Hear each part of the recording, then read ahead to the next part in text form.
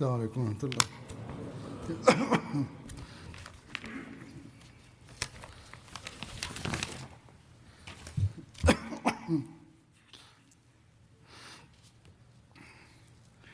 أشهد أن لا إله إلا الله وحده لا شريك له وأشهد أن محمدا عبده ورسوله أما بعد فأعوذ بالله من الشيطان الرجيم بسم الله الرحمن الرحيم الحمد لله رب العالمين الرحمن الرحيم مالك يوم الدين إياك نعبد وإياك نستعين اهدنا الصراط المستقيم صراط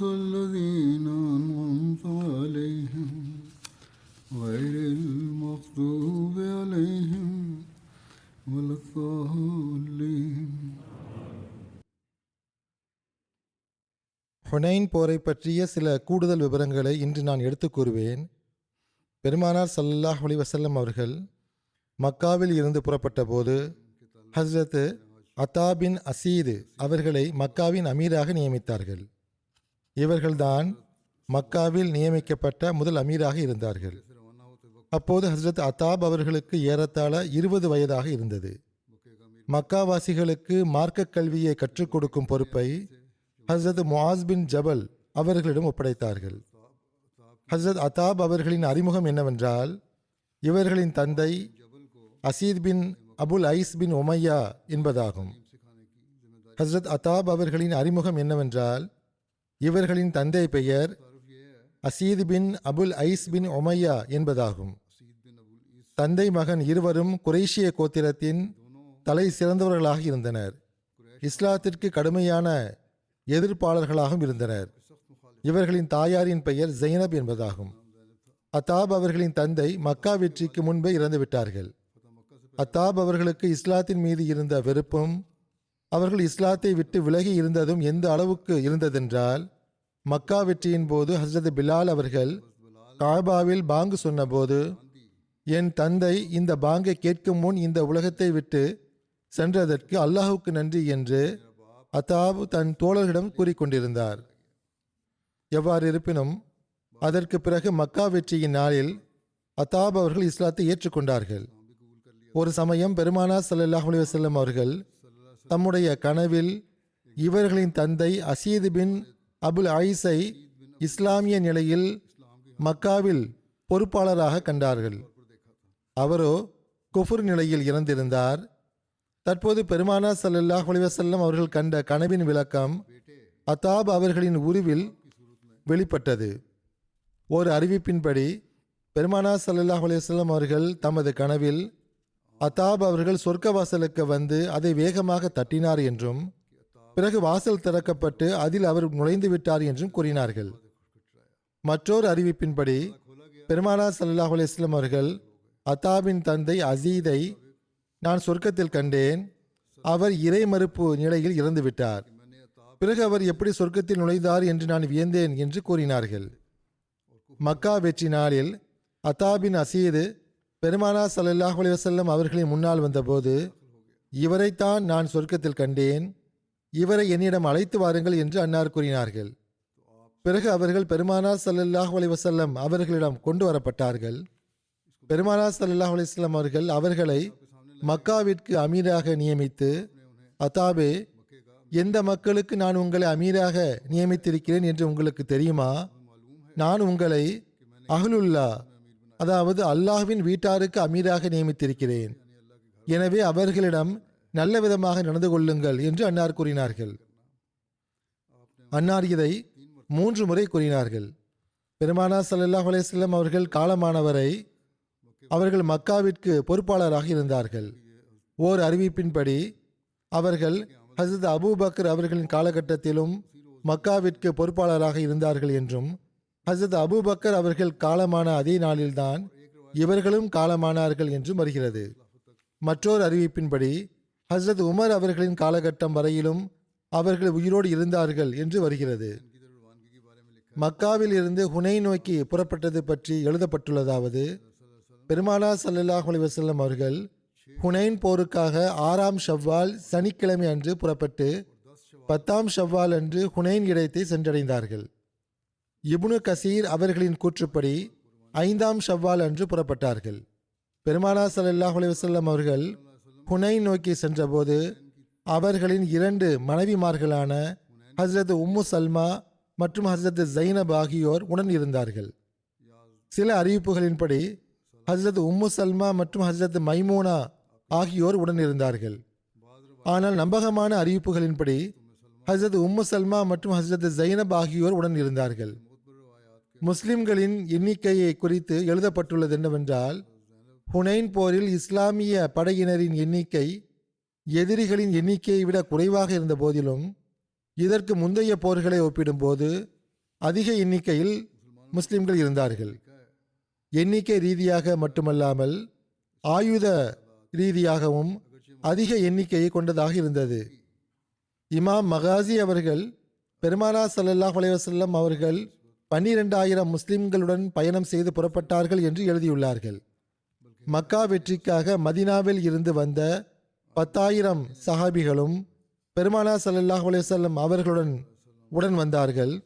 அத்துடன் மக்காவில் இருந்த 2,000 முஸ்லிம்கள் பெருமானார் ஸல்லல்லாஹு அலைஹி வஸல்லம் அவர்களுடன் புறப்பட்டு சென்றார்கள். சிலர் 14,000 பேர் இருந்ததாகவும் கூறுகிறார்கள். ஆனால் பெரும்பாலும் 12,000 பேர் தான் இருந்ததாகவே குறிப்புகள் கிடைக்கின்றன. மக்காவில் இருந்து 2,000 புதிய முஸ்லிம்கள் சேர்ந்திருந்தார்கள். 14,000 என்று சொல்பவர்கள் மதினாவில் இருந்து வந்தவர்களின் எண்ணிக்கையை 10,000ற்கு பதிலாக 12,000 என்று கூறுகிறார்கள். ஆனால் மக்காவில் இருந்து சேர்ந்தவர்களின் எண்ணிக்கையை 2,000 என்றுதான் கூறுகிறார்கள். ஹுனைன் செல்லும் வழியில் ஜாத்தே அன்வாத் என்று பெயரிடப்பட்ட ஒரு பெரிய இலந்தை மரம் இருந்தது. அதற்கு முஷ்ரிக்குகள் அதிக கண்ணியம் கொடுத்து வந்தனர். வெற்றிக்கான சகுனமாக தங்கள் ஆயுதங்களை அதில் தொங்கவிட்டு அங்கு இழ்திகாஃப் செய்து அதிக கொள்கை பிடிப்பையும் மரியாதையும் செலுத்துவார்கள். இஸ்லாமிய படை அந்த மரத்தின் அருகில் சென்றபோது மக்காவைச் சேர்ந்த புதிய முஸ்லிம்களில் சிலர் பெருமானார் ஸல்லல்லாஹு அலைஹி வஸல்லம் அவர்களிடம் எங்களுக்கும் அதுபோன்ற ஒரு மரத்தை ஏற்படுத்தி தாருங்கள் என்று வேண்டிக் கொண்டார்கள். அதற்கு பெருமானார் ஸல்லல்லாஹு அலைஹி வஸல்லம் அவர்கள், அல்லாஹு அக்பர், மூசா நபியிடம் அவரது சமுதாயத்தினர் கேட்ட அதே விஷயத்தை தான் நீங்கள் கேட்டுள்ளீர்கள். யா மூசஜ் அல் லனா இலாஹன் கமா லஹும் ஆலிஹா பால இன்னக்கும் கௌமுன் தஜிஹலூன் என்று கூறினார்கள். அதாவது, அப்போது அவர்கள், மூசாவே, இவர்களின் தெய்வங்களைப் போன்று எங்களுக்கும் ஒரு தெய்வத்தை உண்டாக்கி தருவீராக என்றனர். இதற்கு மூசா, நிச்சயமாக நீங்கள் அறிவற்ற மக்களாவீர் என்று பதிலளித்தார். நீங்கள் நிச்சயமாக முந்தைய சமுதாயத்தினரை பின்பற்றுவீர்கள், இவ்வாறே நீங்கள் நடந்து கொள்வீர்கள் என்று பெருமானார் ஸல்லல்லாஹு அலைஹி வஸல்லம் அவர்கள் கூறினார்கள். ஏற்கனவே கூறப்பட்டது போன்று ஹுனைன் போரில் எப்படிப்பட்ட புதிய முஸ்லிம்கள் கலந்து கொண்டார்கள் என்றால், அவர்களின் உள்ளத்தில் இஸ்லாமும் ஈமானும் இன்னும் உறுதியாகி இருக்கவில்லை. அவர்களுக்கு சிறப்பான போர் திறமையும் இருக்கவில்லை. எந்த அளவுக்கென்றால் அவர்கள் ஆயுதங்களுக்கான குறிப்பான ஏற்பாட்டையும் செய்திருக்கவில்லை. இவர்களின் காரணமாகவே ஹுனைன் போரில் முஸ்லிம்கள் நிலை குலைந்து போயினர். அது தற்காலிகமான சிக்கலையும் தற்காலிகமாக பின்வாங்க வேண்டிய நிலையையும் ஏற்படுத்தியது. இவ்வாறே மக்காவில் இருந்து முஸ்லிம் அல்லாதவர்களும் பெருமானார் ஸல்லல்லாஹு அலைஹி வஸல்லம் அவர்களுடன் வந்திருந்தார்கள். சிலர் சவாரிகளிலும் சிலர் நடந்தும் வந்தார்கள். எந்த அளவுக்கென்றால் பெண்கள் கூட உடன் வந்தார்கள். போரின் முடிவு என்ன என்பதை பார்ப்பதற்காக வந்தார்கள். முஸ்லிம்களுக்கு வெற்றி கிடைத்தால் போர் செல்வம் கிடைக்கும் என்று அவர்கள் வந்தார்கள். பெருமானார் ஸல்லல்லாஹு அலைஹி வஸல்லம் அவர்களுக்கோ அல்லது சஹாபிகளுக்கோ ஏதேனும் துன்பமோ கஷ்டமோ ஏற்பட்டால் அதனால் அவர்களுக்கு எவ்வித கவலையும் இல்லை. இவர்களில் ஒரு கூட்டம் வேடிக்கை பார்ப்பதற்காகவே சேர்ந்து வந்தனர். அவர்களில் முஷ்ரிக்குகளும் இருந்தனர். முஷ்ரிக்கான நிலையிலேயே அவர்கள் உடன் வந்தனர். இந்த முஷ்ரிக்குகளின் எண்ணிக்கை 80க்கு அருகில் இருந்ததாக கூறப்படுகிறது. இதன் காரணமாக சில வாழ்க்கை வரலாற்றாசிரியர்கள் பெருமானா ஸல்லல்லாஹு அலைஹி வஸல்லம் அவர்கள் முஷ்ரிக்குகளின் உதவியை நாடிய முதல் போர் இது என்றும், இதற்கு முன்பு பெருமானா ஸல்லல்லாஹு அலைஹி வஸல்லம் அவர்கள் எந்த ஒரு முஷ்ரிக்கையும் போரில் சேர்த்து கொண்டதில்லை என்றும் கூறுகிறார்கள். ஏனென்றால் பெருமானா ஸல்லல்லாஹு அலைஹி வஸல்லம் அவர்கள் இன்னா லா நஸ்தஈனு மினல் முஷ்ரிக், அதாவது நாம் எந்த ஒரு முஷ்ரிக்கின் உதவியையும் விரும்புவதில்லை என்று கூறினார்கள். அவர்களின் கூற்றுப்படி ஹுனைன் போரில்தான் முதலாக முஷ்ரிக்குகளையும் அன்னார் சேர்த்து கொண்டார்கள். ஆனால் சரியான விஷயம் என்னவென்றால் பெருமானா ஸல்லல்லாஹு அலைஹி வஸல்லம் அவர்கள் உதவி கேட்கவில்லை. பத்ர் போரில் ஒவ்வொரு மனிதனின் தேவையும் முக்கியத்துவமும் அதிகமாக இருந்த போதும் கூட பெருமானா ஸல்லல்லாஹு அலைஹி வஸல்லம் அவர்கள் எந்த முஷ்ரிக்கின் உதவியையும் ஏற்க மறுத்துவிட்டார்கள். இப்போது முஸ்லிம்கள் அதிகம் இருந்தார்கள். திருக்குரானின் கூற்றுப்படி அவர்களின் அதிக எண்ணிக்கை அவர்களை அகம்பாவத்தில் ஆழ்த்தியது. அப்படி இருக்கையில் சொற்ப முஷ்ரிக்குகளின் உதவிக்கு இப்போது என்ன அவசியம்? ஆகவே பெருமானா ஸல்லல்லாஹு அலைஹி வஸல்லம் அவர்கள் எந்த முஷ்ரிக்கையும் ஒருபோதும் போரில் சேர்த்து கொள்ளவில்லை. எந்த முஷ்ரிக்கையும் போரில் சேரச் சொல்லவும் இல்லை. மாறாக வாழ்க்கை வரலாற்று நூல்களின் விவரங்களிலிருந்து தெளிவாக தெரிவதென்னவென்றால் மக்காவில் இருந்து பலர் தாங்களாகவே போரை பார்ப்பதற்காகவும் போரில் கிடைக்கும் போர் செல்வங்களின் பேராசையில் இஸ்லாமிய படையில் சேர்ந்திருந்தார்கள். இவர்களின் நிலைப்பாடு என்னவென்றால் முஸ்லிம்களுக்கு வெற்றி கிடைப்பது உறுதி, எனவே சென்று வேடிக்கை பார்ப்போம், போர் செல்வங்களை கைப்பற்றி வருவோம் என்பதாக இருந்தது. அத்துடன் சில முஷ்ரிக்குகள் தீய எண்ணத்துடனும் இருந்தனர். மக்கா வெற்றியில் அவர்களுக்கு ஏற்பட்ட இழிவையும் அவமானத்தையும் அவர்களால் மறக்க முடியாமல் இந்த எண்ணத்துடனும் அவர்கள் கலந்து கொண்டார்கள். மக்காவில் பெருமானா ஸல்லல்லாஹு அலைஹி வஸல்லம் அவர்களை கொல்ல முயன்றது போல் இங்கேயும் பெருமானா ஸல்லல்லாஹு அலைஹி வஸல்லம் அவர்களை கொல்ல வாய்ப்பு கிடைக்குமோ என்று எதிர்பார்த்தார்கள். எதிரிகளால் பெருமானா ஸல்லல்லாஹு அலைஹி வஸல்லம் அவர்களை கொல்ல முடியாவிட்டால் கூட தங்களுக்கு அந்த சந்தர்ப்பம் கிடைத்துவிட்டால் அதை பயன்படுத்தி பெருமானா ஸல்லல்லாஹு அலைஹி வஸல்லம் அவர்களை கொன்று நஊது பில்லாஹ் தாங்கள் பழிக்கு பழி வாங்கிக் கொண்டு தங்கள் உள்ளத்தை தனித்துக் கொள்ளலாம் என்று அவர்கள் எதிர்பார்த்தார்கள். எவ்வாறு இருப்பினும் 12,000 பேர் கொண்ட படை மக்காவில் இருந்து புறப்பட்டு 3 நாட்களுக்கு பிறகு, சிலரின் கூற்றுப்படி 5 நாட்களுக்கு பிறகு ஹுனைன் பள்ளத்தாக்கை அடைந்தது. வழியில் எந்த ஒரு கேடயமோ வாளோ அல்லது சஹாபிகளின் பொருளோ கீழே விழுந்தால் அபூ சுஃபியான் பின் ஹர்ப் அவர்கள் பெருமானா ஸல்லல்லாஹு அலைஹி வஸல்லம் அவர்களுக்கு குரல் கொடுத்து அந்த பொருளை என்னிடம் கொடுங்கள், நான் எடுத்துக்கொள்கிறேன் என்று கூறினார்கள். இதன் காரணமாக அவர்களின் ஒட்டகம் முழுவதும் பொருட்களால் நிரம்பியது. ஹஸ்ரத் சஹல் பின் ஹன்சலியா அவர்கள் கூறுகிறார்கள், ஹுனைன் போரின் போது நான் பெருமானா ஸல்லல்லாஹு அலைஹி வஸல்லம் அவர்களுடன் சென்று கொண்டிருந்தேன். நாங்கள் நீண்ட தூரம் பயணம் செய்தோம். மாலையானது. அப்போது நான் பெருமானா ஸல்லல்லாஹு அலைஹி வஸல்லம் அவர்களுடன் சேர்ந்து தொழுதேன். அப்போது ஒருவர் வந்தார். அவர், அல்லாஹ்வின் தூதர் அவர்களே, நான் உங்களுக்கு முன்னால் சென்றேன், இன்னின்ன மலைகளுக்கு மேலே ஏறினேன். ஹவாஸின் கூட்டத்தினர் தங்கள் பெண்களையும் ஒட்டகங்களையும் ஆடுகளையும் கால்நடைகளையும் ஒன்று சேர்த்ததை கண்டேன் என்று கூறினார். பெருமானா ஸல்லல்லாஹு அலைஹி வஸல்லம் அவர்கள் புன்முறுவல் செய்து, இன்ஷா அல்லாஹ் நாளை இவை முஸ்லிம்களின் போர் செல்வமாக இருக்கும் என்று கூறினார்கள். பிறகு இன்று இரவு நமக்காக யார் காவல் பணியில் இருப்பார்கள் என்று அன்னார் கேட்டார்கள். அனஸ் பின் அபி மர்சத் அவர்கள், அல்லாஹ்வின் தூதர் அவர்களே, நான் காவல் பணியில் இருப்பேன் என்று கூறினார்கள். அதற்கு பெருமானா ஸல்லல்லாஹு அலைஹி வஸல்லம் அவர்கள், அப்படியானால் புறப்படுங்கள் என்று கூறினார்கள். அவர்கள் தங்கள் குதிரையில் ஏறி பெருமானா ஸல்லல்லாஹு அலைஹி வஸல்லம் அவர்களின் அருகில் வந்தார்கள்.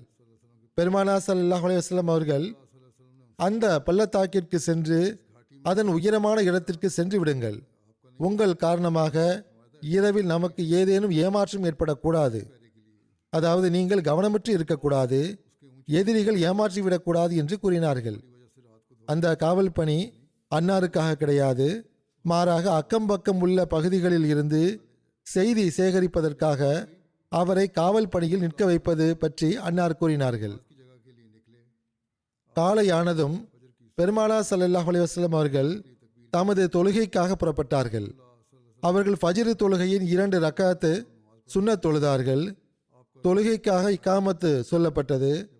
பெருமானா ஸல்லல்லாஹு அலைஹி வஸல்லம் அவர்கள் தொழுகை நடத்த ஆரம்பித்தார்கள்.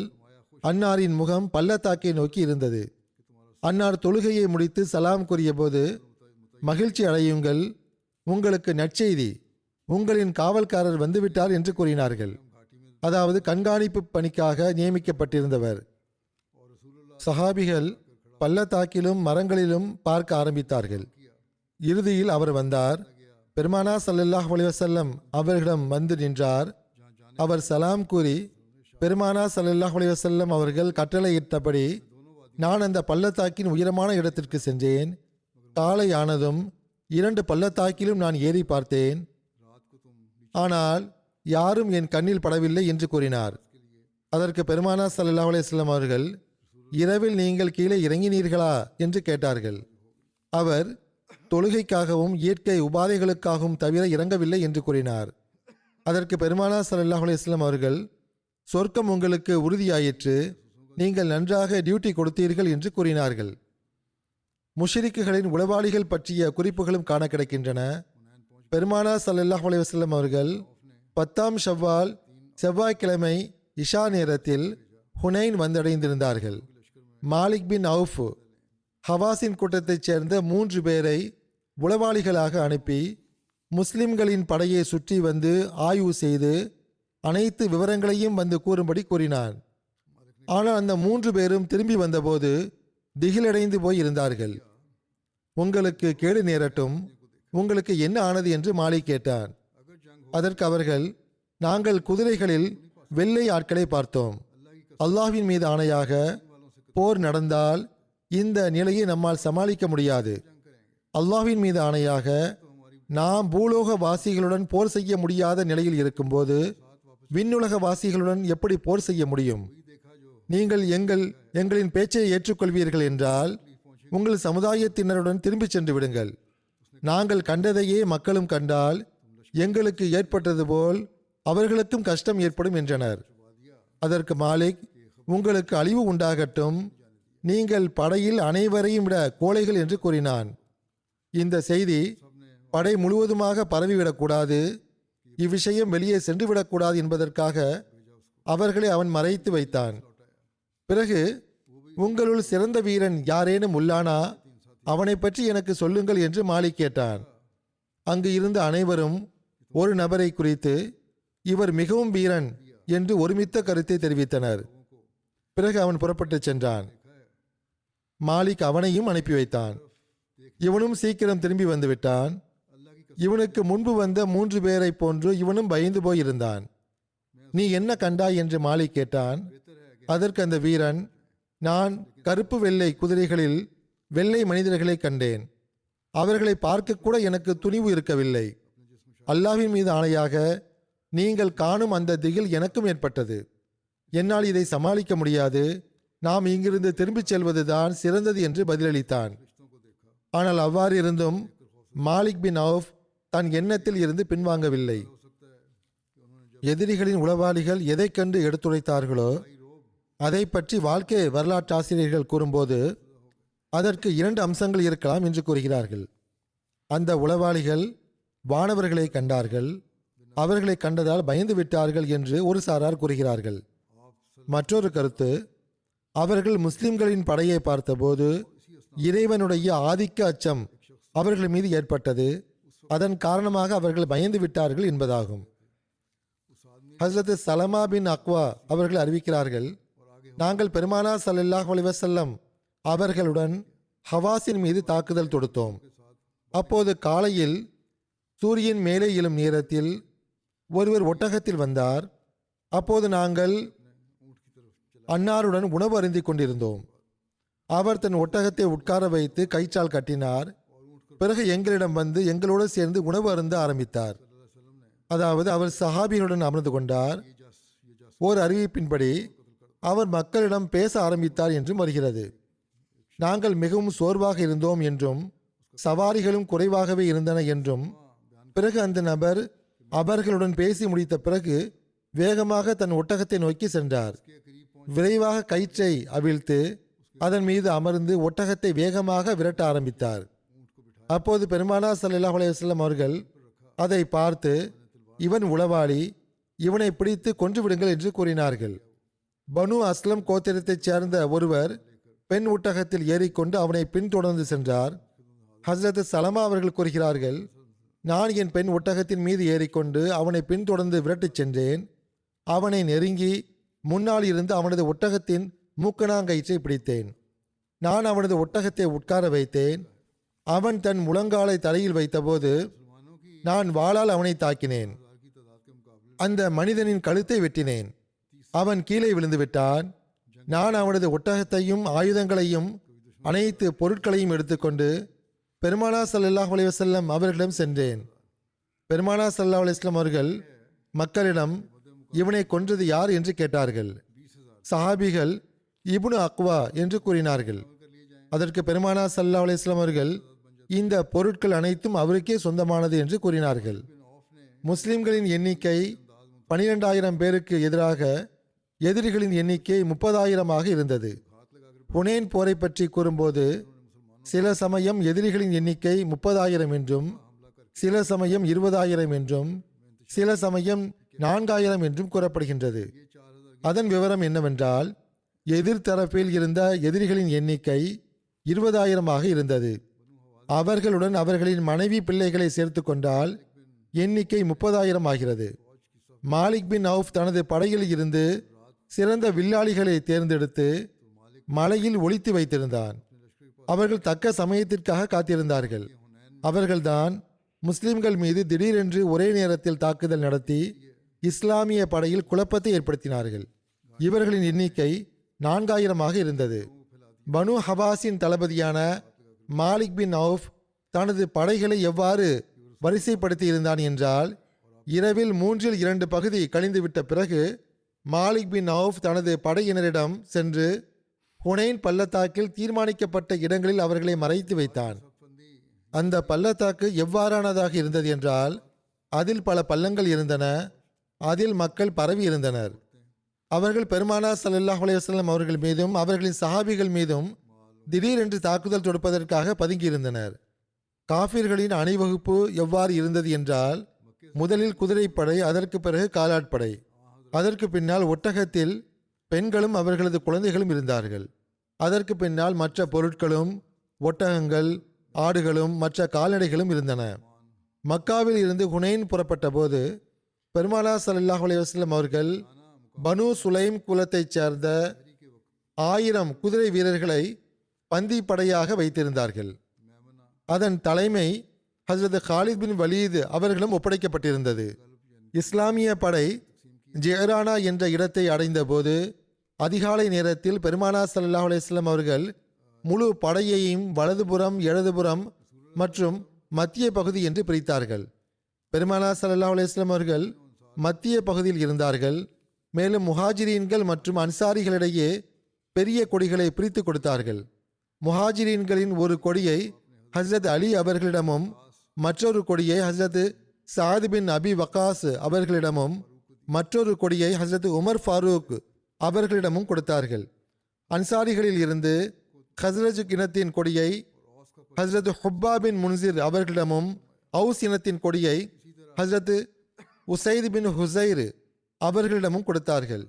இவ்வாறு ஹஸ்ரத் அபு பர்தா பின் நியார், ஹஸ்ரத் அபு லுபாபா பின் அப்துல் முன்சிர் மற்றும் ஹஸ்ரத் கதாதா பின் ஒமான் அவர்களுக்கும் கொடிகள் கொடுக்கப்பட்டன.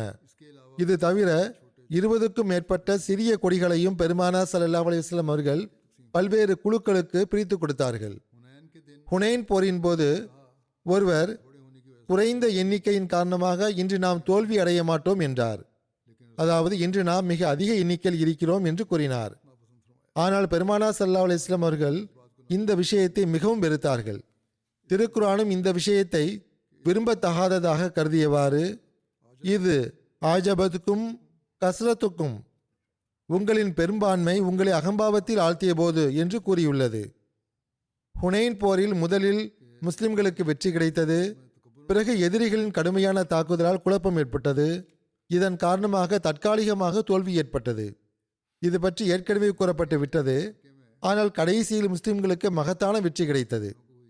அதன் விவரம் என்னவென்றால், ஹுனைன் போர் பற்றி பொதுவாக கூறப்படுவது என்னவென்றால், முஸ்லிம்களின் படை அதிகாலை இருளில் ஹுனைன் பள்ளத்தாக்கிற்குள் நுழைந்தது.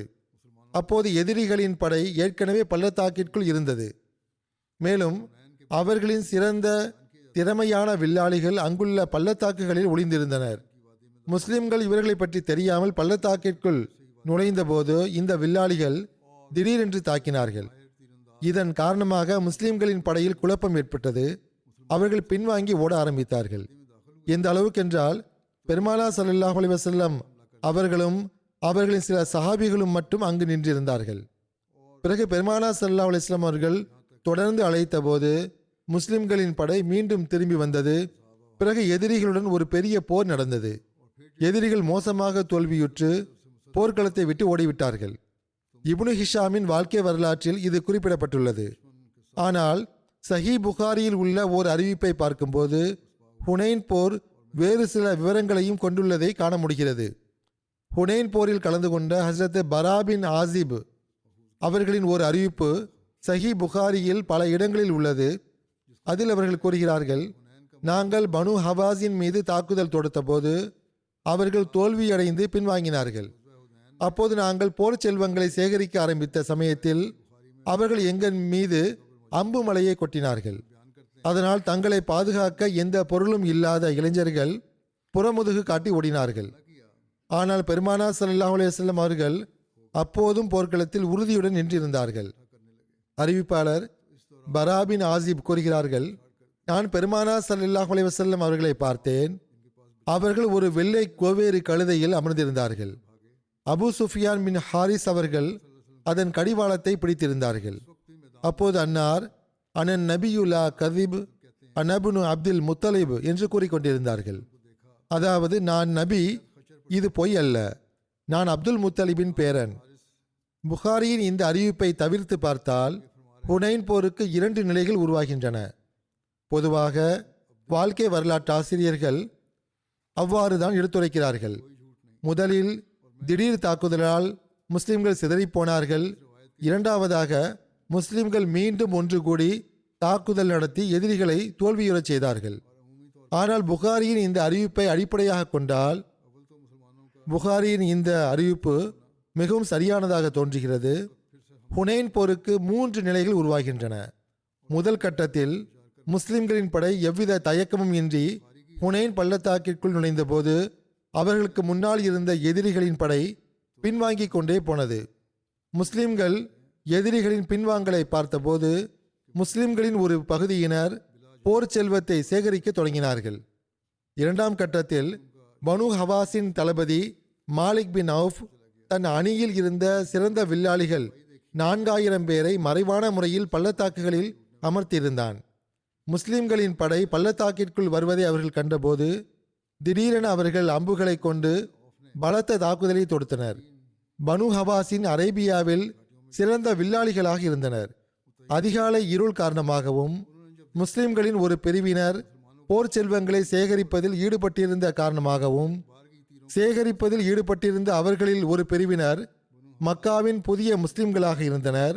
அவர்களின் உள்ளங்களில் இஸ்லாம் இன்னும் ஆழமாக பதிந்திருக்காத காரணமாகவும் அவர்களிடம் தற்காப்புக்குரிய தலைக்கவசம், கவச உடைகள் போன்ற எந்த சிறப்பான பாதுகாப்பு சாதனங்களும் இல்லாத காரணமாகவும் அம்புகளின் இந்த திடீர் தாக்குதலில் இருந்து தப்பிக்க அவர்கள் அங்கிருந்து ஓடினார்கள். அவர்களுடன் அவர்களது சவாரி கால்நடைகளும் இருந்தன. அவர்கள் திடீரென பின்னோக்கி ஓடியதால் படையில் ஒரு குழப்பம் ஏற்பட்டது. ஒட்டகங்களும் குதிரைகளும் ஓடத் தொடங்கின. விலங்குகள் மிரள ஆரம்பித்தன. பள்ளத்தாக்கின் காரணமாக வழி குறுகலாக இருந்தது. விலங்குகள் மக்களை தம் கால்களால் மிதித்து நசுக்கின. படையில் ஏற்பட்ட இந்த குழப்பத்தின் காரணமாக ஹஸ்ரத் காலித் பின் வலீத் அவர்கள் காயமடைந்து குதிரையில் இருந்து கீழே விழுந்தார்கள். முஸ்லிம்களின் படை சிதறிப்போனது. வாழ்க்கை வரலாற்றின் ஒரு புத்தகத்தில் இது குறிப்பிடப்பட்டுள்ளது. மூன்றாவது கட்டம் தீர்ப்பை வழங்கக்கூடியதாக அது இருந்தது. அது என்னவென்றால், ஹஸ்ரத் அனஸ் பின் மாலிக் அவர்கள் அறிவிக்கிறார்கள், படையின் முன்பகுதியினர் நிலை குலைந்தனர். முதலில் பனு சுலைம் பிரிவினர் ஓடினார்கள். அவர்களுக்கு பின்னால் மக்காவைச் சேர்ந்த புதிய முஸ்லிம்கள். பிறகு சாதாரண மக்களும் அவர்களுக்கு பின்னால் தோல்வியுடன் ஓடினார்கள். யாரையும் பற்றி அவர்கள் கவலைப்படவில்லை. எந்த அளவுக்கு புழுதி கிளம்பியது என்றால் அவர்களில் ஒருவர் கூட தம் உள்ளங்கையை பார்க்க முடியவில்லை. பெருமானார் ஸல்லல்லாஹு அலைஹி வஸல்லம் அவர்கள் செய்த எல்லா போர்களிலும் இருந்த ஒரு குறிப்பிடத்தக்க விஷயம் என்னவென்றால், ஒவ்வொரு போரிலும் போர் நிலைமை எப்படி இருந்தாலும் பெருமானார் ஸல்லல்லாஹு அலைஹி வஸல்லம் அவர்களின் உறுதியையும் தைரியத்தையும் ஒப்பிட எந்த உதாரணமும் காண கிடைக்காது. பெரும் பெரும் வீரர்களின் கால்கள் நிலை குலையும் போதும் பெருமானார் ஸல்லல்லாஹு அலைஹி வஸல்லம் அவர்கள் ஒரு பாறை போல் அங்கேயே உறுதியாக நிற்பதை காண முடியும். ஹஸரத் அனஸ் பின் மாலிக் அவர்கள் கூறுகிறார்கள், பெருமானார் ஸல்லல்லாஹு அலைஹி வஸல்லம் அவர்கள் அனைவரையும் விட அழகானவர்களாகவும், அனைவரையும் விட தாராள உள்ளம் கொண்டவர்களாகவும், அனைவரையும் விட தைரியமானவர்களாகவும் இருந்தார்கள். இதே ஹுனைன் போரை பற்றி குறிப்பிடுகையில் ஹஸரத் பரா பின் ஆசிப் அவர்கள் கூறுகிறார்கள், அனைவரும் சிதறிப்போன போது பெருமானார் ஸல்லல்லாஹு அலைஹி வஸல்லம் அவர்கள் தம் சில தோழர்களுடன் தனியாக இருந்தார்கள். எதிரிகள் பெருமானார் ஸல்லல்லாஹு அலைஹி வஸல்லம் அவர்களை நோக்கி முன்னேறி வந்தபோது அன்னார் தனியாகவே எதிரிகளை நோக்கி முன்னேறி சென்றவாறு உரத்த குரலில், நான் அப்துல் முத்தலிபின் பேரன் என்று கூறிக்கொண்டிருந்தார்கள். அறிவிப்பாளர் கூறுகிறார், அல்லாஹ்வின் மீது ஆணையாக போர் உக்கிரமடையும் போது நாங்கள் பெருமானார் ஸல்லல்லாஹு அலைஹி வஸல்லம் அவர்களிடம் தஞ்சம் அடைவோம். பெருமானார் ஸல்லல்லாஹு அலைஹி வஸல்லம் அவர்களுக்கு அருகில் இருப்பவர்களே மிகவும் தைரியமானவர்களாக கருதப்பட்டார்கள். இந்த தருணத்தில் பெருமானார் ஸல்லல்லாஹு அலைஹி வஸல்லம் அவர்களின் தைரியம் மற்றும் வீரத்தின் மகத்துவம் எப்படிப்பட்டதாக இருந்தது என்றால், அன்னார் தனியாக இருந்த போதிலும் எதிரிகளை நோக்கி தம் கோவேறு கழுதையை முன்னே ஓட்டிக் கொண்டிருந்தார்கள். ஹஸரத் அப்பாஸ் அவர்கள் கூறுகிறார்கள், நானும் அபு சுஃபியான் பின் ஹாரிஸும் பெருமானார் ஸல்லல்லாஹு அலைஹி வஸல்லம் அவர்களுடனேயே இருந்தோம். ஒரு நொடி கூட அன்னாரை விட்டு நாங்கள் பிரிந்திருக்கவில்லை. மக்கள் சிதறி ஓடிய போது பெருமானார் ஸல்லல்லாஹு அலைஹி வஸல்லம் அவர்கள் தம் கோவேறு கழுதையை எதிரிகளை நோக்கி வேகமாக செலுத்த ஆரம்பித்தார்கள். அப்போது நான் கடிவாளத்தை பிடித்துக்கொண்டு கோவேறு கழுதையை மேலும் வேகமாக போகாமல் தடுத்தேன்.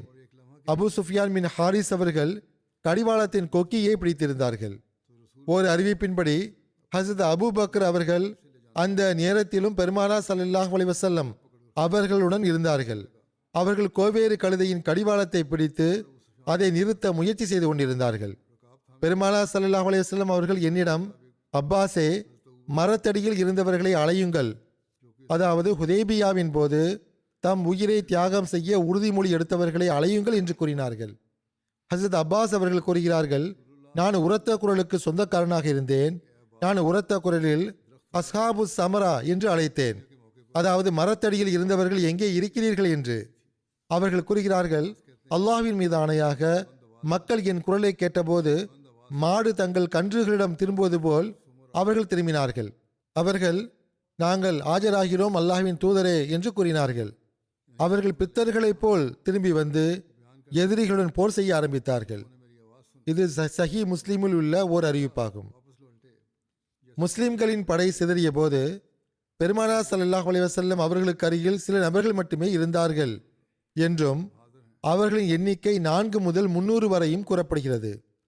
இந்த எண்ணிக்கையில் உள்ள வேறுபாட்டிற்கு ஒரு காரணம், பெருமானார் ஸல்லல்லாஹு அலைஹி வஸல்லம் அவர்களுக்கு அருகில் ஒரு சில நபர்கள் மட்டுமே இருந்தார்கள். மற்றவர்கள் வெவ்வேறு இடங்களில் எதிரிகளுடன் போரிட்டுக் கொண்டிருந்தார்கள். இவ்வாறு போர்க்களத்தில் சுமார் 300 பேர் இருந்திருக்கலாம். அல்லது பெருமானார் ஸல்லல்லாஹு அலைஹி வஸல்லம் அவர்களுக்கு அருகில் இருந்தவர்களின் எண்ணிக்கை வெவ்வேறு நேரங்களில் குறைந்தும் கூடியும் இருந்திருக்கலாம். எனவே 3 அல்லது 4 நபர்களை பார்த்தவர்கள் அந்த எண்ணிக்கையையும், 10 அல்லது 12 நபர்களை பார்த்தவர்கள் அந்த எண்ணிக்கையையும், அதற்கும் அதிகமான நபர்களை பார்த்தவர்கள் அந்த எண்ணிக்கையும் கூறியிருக்கலாம். இதுவும் ஒரு காரணமாகும். எவ்வாறு இருப்பினும் ஒரு தருணத்தில் பெருமானார் ஸல்லல்லாஹு அலைஹி வஸல்லம் அவர்களுக்கு அருகில் ஒரு சில நபர்கள் மட்டுமே எஞ்சியிருந்தார்கள். மற்றொரு அறிவிப்பின்படி ஒரு நபர் ஹஸரத் பரா அவர்களிடம், அபு உமாராவே, ஹுனைன் போரின் போது நீங்கள் ஓடிவிட்டீர்களா என்று கேட்டார். அதற்கு அவர், அல்லாஹ்வின் மீது ஆணையாக பெருமானார் ஸல்லல்லாஹு அலைஹி வஸல்லம் அவர்கள் புறமுதுகு காட்டி ஓடவில்லை. ஆனால் பெருமானார் ஸல்லல்லாஹு அலைஹி வஸல்லம் அவர்களின் தோழர்களில் ஆயுதங்கள் இல்லாத அல்லது குறைந்த ஆயுதங்கள் வைத்திருந்த அவசரப்படுகின்ற இளைஞர்கள் எப்படிப்பட்ட வில்லாளிகளின் கூட்டத்தை எதிர்கொண்டார்கள் என்றால், அம்மக்களின் ஓர் அம்பு கூட இலக்கை தாக்காமல் இருந்ததில்லை. அதாவது ஹவாசின் மற்றும் பனு நசிர் போன்ற கூட்டம். அம்மக்கள் தொடர்ச்சியாக அம்பெய்து கொண்டிருந்தார்கள். அவர்களின் அம்பு அரிதாகத்தான் குறிதப்பும். அப்போது பெருமானா ஸல்லல்லாஹு அலைஹி வஸல்லம் அவர்கள் எதிரிகளை நோக்கி முன்னேறினார்கள். அன்னார் தம் வெள்ளை கோவேறு கழுதையில் அமர்ந்திருந்தார்கள். அபு சுஃப்யான் பின் ஹாரிஸ் அதை ஓட்டிக் கொண்டிருந்தார். அப்போது அன்னார் கீழே இறங்கி அல்லாஹ்விடம் உதவி கேட்டார்கள். அனன் நபியுல்லா கதிப் அனபுனு அப்துல் முத்தலிப், நான் நபி, இது பொய் அல்ல, நான் அப்துல் முத்தலிபின் பேரன் என்று கூறினார்கள். ஹஸரத் அயாஸ் பின் சலமா அவர்கள் தம் தந்தை சலமா பின் அக்வா அவர்களிடமிருந்து அறிவிக்கிறார்கள். அவர்கள் கூறுகிறார்கள், நாங்கள் ஹுனைன் போருக்காக பெருமானார் ஸல்லல்லாஹு அலைஹி வஸல்லம் அவர்களுடன் சென்றோம். நாங்கள் எதிரிகளை சந்தித்த போது நான் முன்னேறி ஒரு பள்ளத்தாக்கில் ஏறினேன். அப்போது எதிரி ஒருவனை நான் சந்தித்தேன். நான் அவனை நோக்கி அம்பு எய்தேன். அவன் என்னிடமிருந்து மறைந்து விட்டான். அவனுக்கு என்ன ஆனது என்று எனக்கு தெரியவில்லை. மக்கள் மற்றொரு பள்ளத்தாக்கில் இருந்து வெளியே வருவதை நான் பார்த்தேன். அவர்களுக்கும் பெருமானார் ஸல்லல்லாஹு அலைஹி வஸல்லம் அவர்களின் தோழர்களுக்கும் இடையே போர் நடந்தது. அன்னாரின் தோழர்கள் பின்வாங்கி திரும்பினார்கள். நான் பின்வாங்கி திரும்பினேன். என் மீது 2 ஆடைகள் இருந்தன. ஒன்றை நான் கட்டி கொண்டிருந்தேன், மற்றொன்றை மேலே போட்டிருந்தேன். எனது ஆடை அவிழ்ந்து கொண்டிருந்தது. நான் 2ஐயும் சேர்த்து பிடித்து கொண்டு பின்வாங்கியவாறு பெருமானார் ஸல்லல்லாஹு அலைஹி வஸல்லம் அவர்களுக்கு முன்னால் கடந்து சென்றேன். அன்னார் கருப்பு வெள்ளை நிற கோவேறு கழுதையில் இருந்தார்கள். அன்னார், இப்னு அக்வா ஏதாவது கஷ்டத்தை கண்டாரா, இந்த நிலையில் ஏன் ஓடுகிறார் என்று கேட்டார். இப்னு அக்வா ஏதாவது கஷ்டத்தை கண்டாரா, இந்த நிலையில் ஏன் ஓடுகிறார் என்று அன்னார் கேட்டார்கள். ஹுனைன் போரின் போது அம்படிப்பட்டு முஸ்லிம்கள் பின்வாங்கிய சம்பவத்தை பற்றி குறிப்பிடும்போது ஹஸ்ரத் முஸ்லிமோத் ரலியல்லாஹு அன்ஹு அவர்கள் கூறுகிறார்கள், ஹுனைன் போரில் முஸ்லிம்களின் படை பின்வாங்கியது. ஏனென்றால் எதிரிகளின் அம்புகளின் தாக்குதல் கடுமையாக ஆனபோது பெருமானார் ஸல்லல்லாஹு அலைஹி வஸல்லம் அவர்கள் சில சஹாபிகளை மட்டும் அழைத்து கொண்டு எதிரிகளை நோக்கி முன்னேறினார்கள். எதிரிகளின் தாக்குதல் கடுமையாக இருப்பதை கண்ட ஹஸரத் அபூ பக்ர் ரலியல்லாஹு அன்ஹு அவர்கள் பெருமானார் ஸல்லல்லாஹு அலைஹி வஸல்லம் அவர்களை தடுக்க முயற்சி செய்தார்கள். அவர்கள் முன்னேறி வந்து பெருமானார் ஸல்லல்லாஹு அலைஹி வஸல்லம் அவர்களின் குதிரையின் கடிவாளத்தை பிடித்து கொண்டார்கள். ஆனால் பெருமானார் ஸல்லல்லாஹு அலைஹி வஸல்லம் அவர்கள், எனது குதிரையின் கடிவாளத்தை விட்டுவிடுங்கள் என்று கூறினார்கள். அதற்கு பிறகு அன்னார், அனன் நபியுல்லா கதிப் அனபுனு அப்துல் முத்தலிப் என்ற இந்த கவிதையை பாடிக்கொண்டே முன்னேறினார்கள். அதாவது, நான் அல்லாஹ்வின் நபி, நான் பொய்யன் அல்ல, நான் அப்துல் முத்தலிபின் பேரன். நான் அப்துல் முத்தலிபின் பேரன் என்று அவர்கள் கூறியதன் பொருள், அந்த நேரத்தில் எதிரிகளின் தாக்குதல் மிகவும் கடுமையாக இருந்தது. எதிரிகளின் 4000 வில்லாளிகள் அம்புகளை மலை போல் பொழிந்து கொண்டிருந்தனர். இந்த நிலையில் நான் முன்னேறுவது மனித நிலையை விட உயர்ந்ததாக தெரிகிறது. இதனால் யாரும் ஏமாறக்கூடாது. என்னிடம் ஏதேனும் இறை ஆற்றல் இருப்பதாக நினைக்கக்கூடாது. நான் அப்துல் முத்தலிபின் பேரன்தான். நான் ஒரு மனிதன். நான் ஒரு நபி என்பதால் அல்லாஹ்வின் உதவி மட்டுமே என்னுடன் உள்ளது என்பதாகும். அனைத்து மக்களும் ஓடவில்லை என்பது பற்றியும் அறிவிப்புகள் உள்ளன. இமாம் நவவி அவர்கள் எழுதுகிறார்கள், எல்லோரும் ஓடவில்லை, மாறாக பலவீனமான உள்ளம் கொண்ட மக்கத்து முனாஃபிக் மக்களில் உள்ளவர்களும் இந்த போரில் கலந்து கொள்வதற்காக வந்திருந்த இன்னும் முஸ்லிமாகாத மக்காவின் இதர மக்களும் ஓட ஆரம்பித்தார்கள். எதிரிகள் ஒரே நேரத்தில் அம்புகளை மலை போல் பொழிந்ததால் இந்த திடீர் தோல்வி ஏற்பட்டது.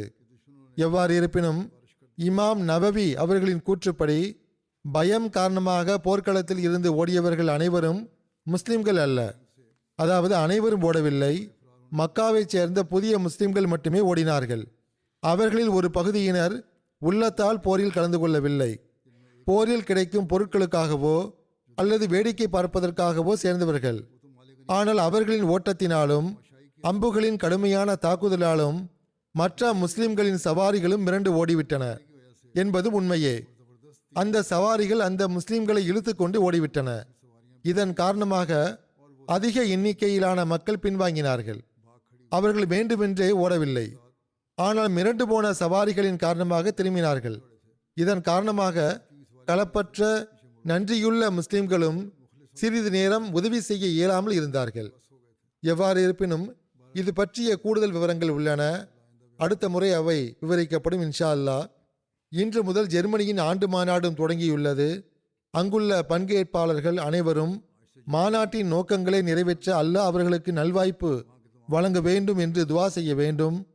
அவர்கள் இதை ஒரு திருவிழா போல கருதி இங்கு ஒன்று சேரக்கூடாது. இந்நாட்களில் அவர்கள் தம் அறிவு, செயல் மற்றும் ஆன்மீக முன்னேற்றத்தில் தொடர்ந்து முன்னேற உறுதியெடுக்க வேண்டும். அதற்காக அவர்கள் முயற்சி செய்ய வேண்டும். இந்நாட்களில் குறிப்பாக அல்லாஹ்வின் நினைவிலும் துவாக்களிலும் நேரத்தை செலவிட வேண்டும். தங்களுக்காகவும் தங்கள் சந்ததிகளுக்காகவும் துவா செய்கின்ற அதே நேரத்தில் ஜமாஅத்தின் முன்னேற்றத்திற்காகவும் ஒவ்வொரு எதிரியின் தீமைகளிலிருந்தும் அல்லாஹ்வின் பாதுகாப்பில் வருவதற்காகவும் அவர்களின் தீமைகள் அழிக்கப்பட வேண்டும் என்றும் துவா செய்யுங்கள். அல்லாஹ் அவர்களின் தீமைகளிலிருந்து பாதுகாக்கட்டும். பாகிஸ்தானில் அவ்வப்போது ஏதேனும் ஒரு துயரமான சம்பவம் நடந்து கொண்டே இருக்கிறது. அல்லாஹ் விரைவில் அந்த எதிரிகளை பிடிக்க வழிவகை செய்வானாக.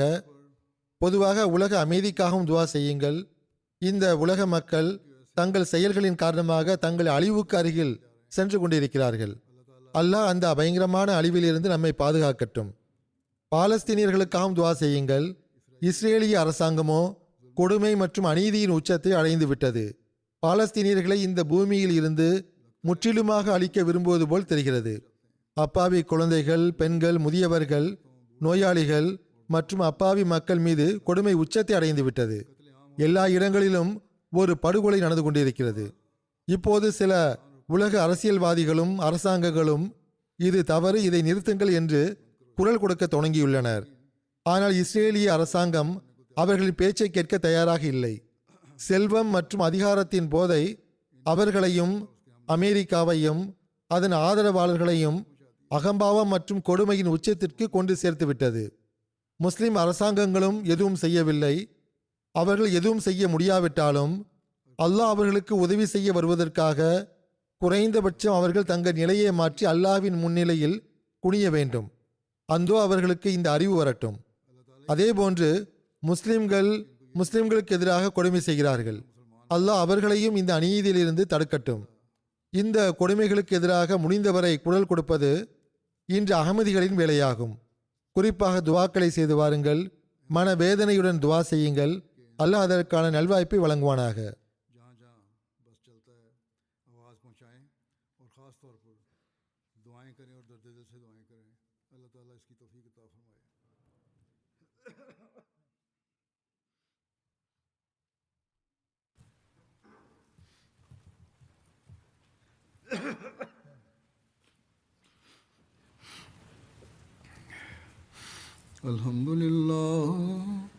الحمد لله نحمده ونستعينه ونستغفره ونؤمن به ونتوكل عليه ونعوذ بالله من شرور أنفسنا ومن سيئات أعمالنا من يهده الله فلا مضل له ومن يضلل فلا هادي له ونشهد أن لا إله إلا الله ونشهد أن محمدا عبده ورسوله عباد الله رحمكم الله إن الله يأمر بالعدل والإحسان وإيتاء ذي القربى وينهى عن الفحشاء والمنكر والبغي يعظكم لعلكم تذكرون اذكروا الله يذكركم ودوه يستجب لكم ولذكر الله